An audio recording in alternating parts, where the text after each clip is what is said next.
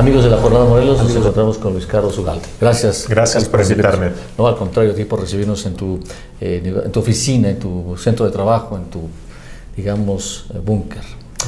Luis Carlos, ¿en qué momento de la democracia nos encontramos?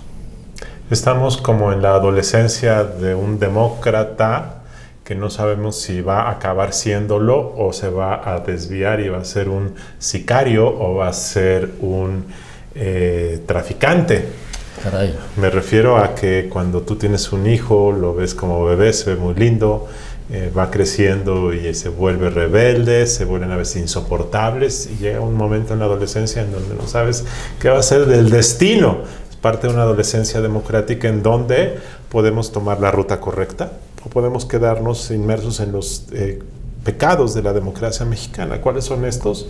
Una democracia clientelista, una democracia que ha detonado mayor corrupción, una democracia que ha venido acompañada de un mayor nivel de impunidad y de violencia en todo el país, una democracia sin demócratas porque tenemos una sociedad que tiene pocos valores cívicos y esto genera la peor combinación posible. De tal forma que estamos en un momento de una apuesta que hicimos como país legalmente hablando, constitucionalmente hablando, hicimos esa apuesta pues desde 1917 y yendo más para atrás desde el siglo XIX, pero en los hechos prácticos es una apuesta de los últimos 20 o 30 años, las de construir una democracia liberal, una democracia representativa, y estamos pues en una situación de verlo, y más desafiante ahora porque tenemos un nuevo presidente de la República que no cree en los valores liberales de la democracia y tiene otra concepción de la democracia. Y esto genera pues, muchas tensiones porque apostaste a construir un modelo de democracia liberal, tienes pocos demócratas en la sociedad, tienes un problema de falta de Estado de Derecho y luego tienes un nuevo movimiento político que encabeza el presidente que no cree en muchos de estos valores. Entonces, pues estamos en un momento complejo. Vamos, entonces la democracia, entiendo, tiene que irse construyendo, tiene que irse forjando en función de las circunstancias de cada país, de cada sociedad. Así es, tenemos el sistema democrático mexicano desde 1917 y en los hechos la democracia representativa empieza a funcionar más o menos en los últimos 20 o 25 años, esa es la verdad. Pero a nivel de la cancha del juego, a nivel de los ciudadanos, pues esto de la ciudadanía es medio entelequia porque en la realidad los valores cívicos de los mexicanos en general son bajos. Entonces, pues es un proceso de construcción que ha mejorado mucho, que somos como país democrático mucho más que hace 20 años, pero que el desafío para ser una democracia consolidada, funcional, virtuosa, con un Estado democrático de derecho, pues es todavía un tramo muy largo que recorrer. Con la actual administración, ese tramo por recorrer, ¿se hace más largo? No lo sé, porque lo que tiene la nueva administración, la llamada 4T, es que no comparte muchos de los valores liberales de la democracia. Y cuando hablo de los valores liberales de la democracia, quiero decir que México decidió desde el siglo XIX, fue una decisión explícita de los independentistas o de las élites del país, de la élite liberal que ganó finalmente la guerra de reforma y de la cual López Obrador se dice admirador. Esa élite decidió que íbamos a adoptar un modelo liberal de democracia copiando el modelo presidencial norteamericano. Esa fue una decisión explícita no solo de México, de toda América Latina. Sí, claro. Y entonces esa apuesta ha sido una apuesta que ha ido caminando con tropiezos. El primer tropiezo se llama Porfirio Díaz, que era un liberal, pero que en los hechos gobernó como un antiliberal. Y luego se nos cruzó la Revolución Mexicana, que trató de resolver problemas de desigualdad, problemas de inestabilidad política, y entonces los valores de la democracia liberal se pusieron a un lado. No puedes practicar la democracia si no tienes nación, Estado y orden. Claro. Y después vino la época postrevolucionaria en donde lo que se presumía era la paz social. ¿Por qué? Porque el país había sido un país sumamente inestable y por lo tanto no puedes construir orden y además proteger los derechos de las minorías y además promover la libertad de expresión. No se puede hacer todo a la vez. Comprendo. Entonces es hasta los últimos 20 o 30 años que en este país empieza a surgir una demanda por los derechos humanos, por la libertad de expresión, por las elecciones competidas, por los partidos políticos, y se construye ya en los hechos un modelo más aplicable y funcional de democracia que tiene que ver con la creación del IFE o el INE, que tiene que ver con la alternancia en la presidencia, los medios de comunicación, la agenda de derechos humanos, etcétera, etcétera. Llevamos en eso 20 o 30 años. Y ahora tenemos un presidente que cree más en la democracia participativa o en la democracia popular, la democracia mano alzada, que no necesariamente comulga con el principio fundacional de la democracia liberal o constitucional, que es el tema del acotamiento del poder. La democracia liberal, su origen conceptual y filosófico es que hay que desconfiar del Estado, porque si el Estado no tiene controles se vuelve un Estado abusador. Ese es el principio fundacional. Y ese principio el presidente mexicano no lo comparte. No es para él el principal objetivo de la democracia. Para él el principal objetivo de la democracia es la transformación de la realidad de marginación y desigualdad.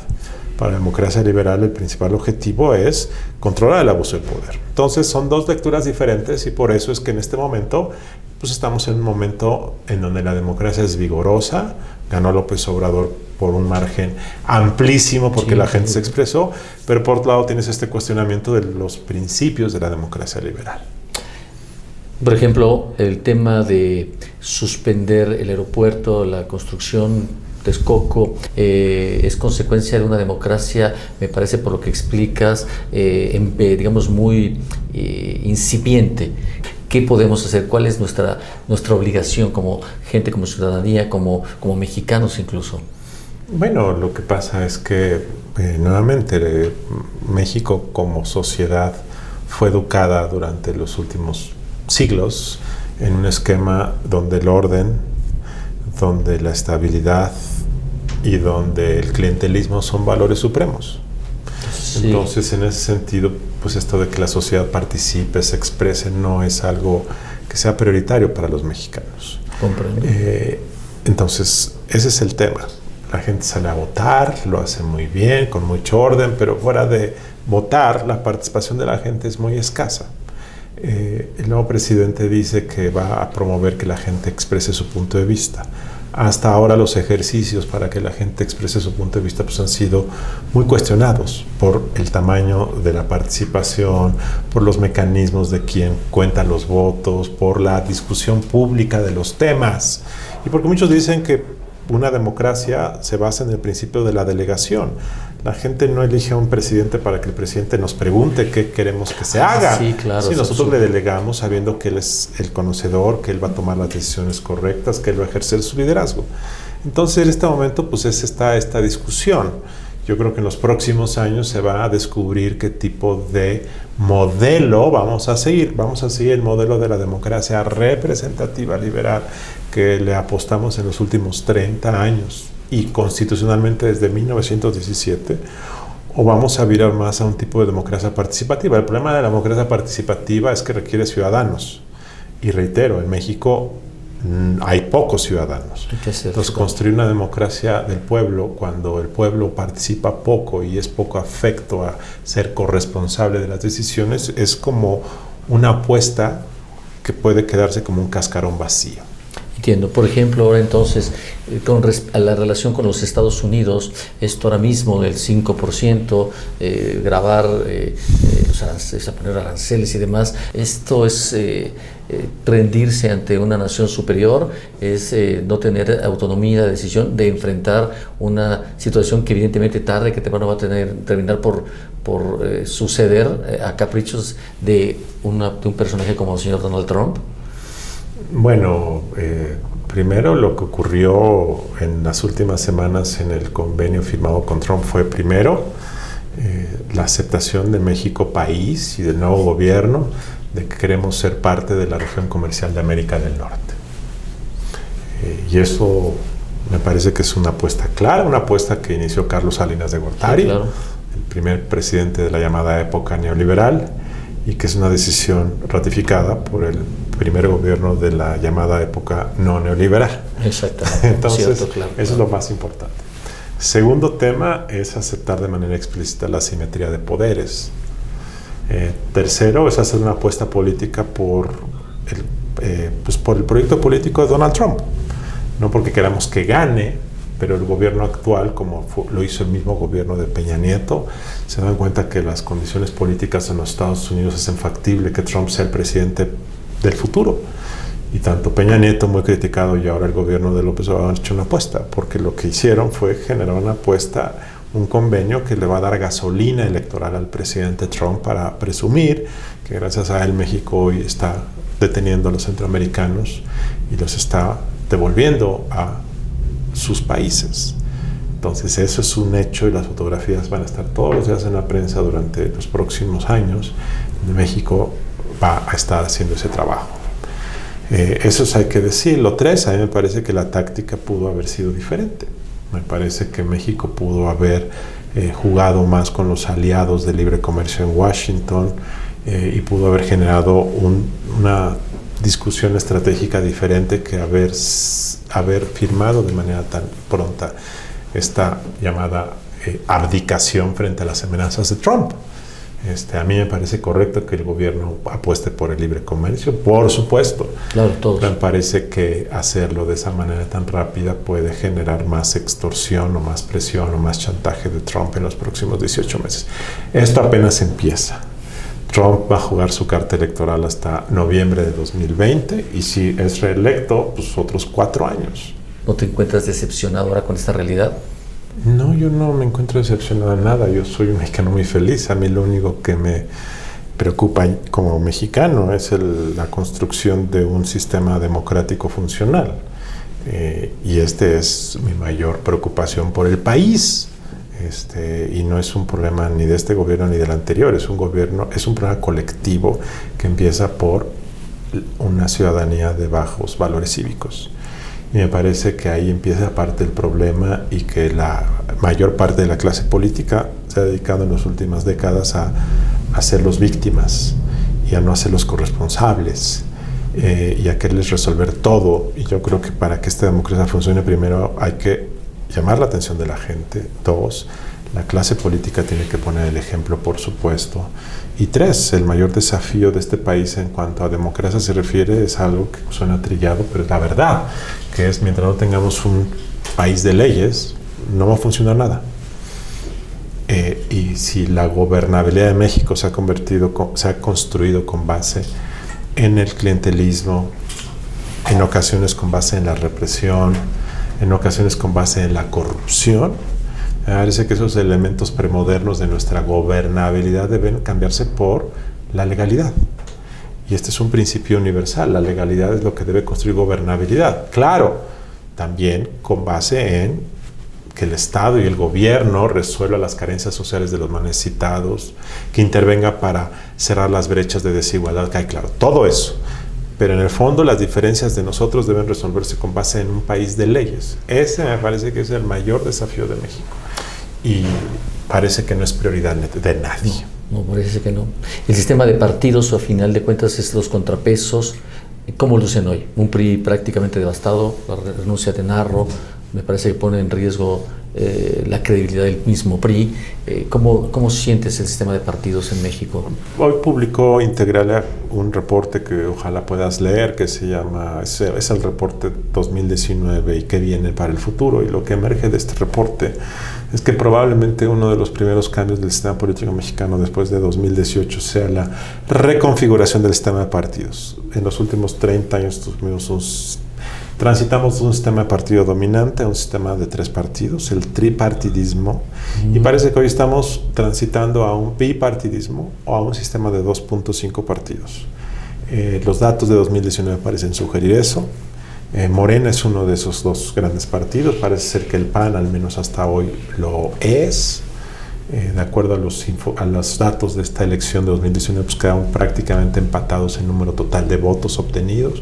1.9 millones Morena, 1.7 millones el PAN. El PRI se colapsa a un lejano 3er lugar. Lo que estamos viendo es que probablemente se esté reconfigurando. Y que lo que tengamos es hoy un sistema de 2 partidos, probablemente. No sé, habrá que esperar. No se ve claro que Morena vaya a ser el nuevo partido hegemónico por sus problemas locales de cohesión, de disciplina, de construcción institucional. Morena sigue siendo bueno, no sigue siendo, es un movimiento electoral, es una apuesta por una persona que se llama López Obrador, pero en muchas entidades Morena no existe como partido, tiene muchos conflictos internos. El PAN está en un proceso de reconfiguración, sigue siendo importante en algunas regiones, y el PRI es el que se ven graves problemas, aunque tiene 12 gobernadores, el mayor número de ellos, como partido parece estar en un declive, a veces parece inevitable. Comprendo. Por último, las expectativas para inversionistas, empresarios, ante la circunstancia que estamos viviendo. ¿Te refieres qué decirle a los inversionistas? Claro, empresarios y otros sectores incluso, ¿no? Al empleado, hay incertidumbre, hay obviamente un vacío que se siente. ¿Cómo dar expectativas, ser pacientes? No, bueno, a ver, el tema de los inversionistas, el único mensaje, los inversionistas van a invertir cuando tengan certeza. Ahorita los inversionistas nacionales y extranjeros no están invirtiendo. No, claro. Le pusieron pausa a la película. Y esto significa que mientras no sientan que hay certeza, claridad, y deja de haber mensajes cruzados, ellos interpretan que en el gobierno mexicano hay mensajes bipolares. Y eso les genera mucha incertidumbre. Entonces, no se va a restablecer la inversión privada mientras eso no cambie. Y eso significa que entonces vamos a tener detenida la inversión. Claro, va a haber proyectos como la refinería de Dos Bocas y el Tren Maya que va a traer inversión. Pero fuera de eso no va a crecer y crecer para que tengamos un crecimiento del 4%. No va a ocurrir. Y eso puede significar que el crecimiento económico del país se nos va a caer más. Estamos en 2%, este año seguramente va a acabar en 0.5, 0.8 y podemos entrar en una fase de crecimiento, eso es probable. Y eso va a ocurrir. ¿Qué es lo que necesitan los empresarios? Pues tener certeza de que el gobierno va a respetar las finanzas públicas. 2, de que va a ser más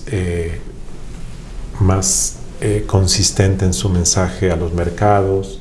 3, de que la ideología va a ceder a el pragmatismo.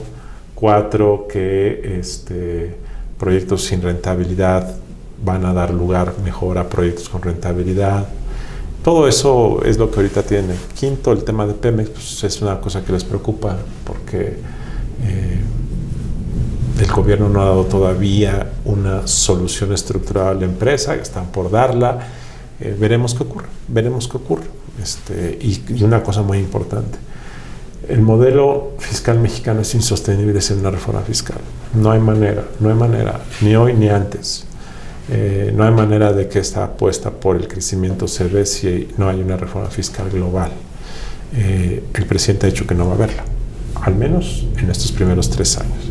Pero mientras no lo haya, pues la gente no va a saber si realmente este modelo de gasto social sin impuestos es sostenible. Ese es el tema también. Entonces, estamos en pausa. Yo creo que el gobierno de López Obrador ha dado señales de confianza cuando dice que va a ser muy estricto en el balance fiscal. Esto genera confianza. 2, que tienen en su gabinete personas que entienden el funcionamiento económico, como secretario de Hacienda. Eso genera confianza. Entonces yo creo que ahorita todo el mundo está esperando. Comprendo perfectamente. Pues Luis Carlos, te agradezco tu tiempo. Realmente nos diste un panorama general del país, la democracia, la administración, la relación con Estados Unidos, ahora mismo de Morelos. Te lo agradecemos mucho. Estaremos muy pendientes de lo que publicas. Realmente tenemos en Morelos un respeto a tu trayectoria, a tu autoridad moral para divulgar, para hablar, para decir. Estaremos muy cerca de ti. Gracias. Por favor. Gracias a ti. Gracias.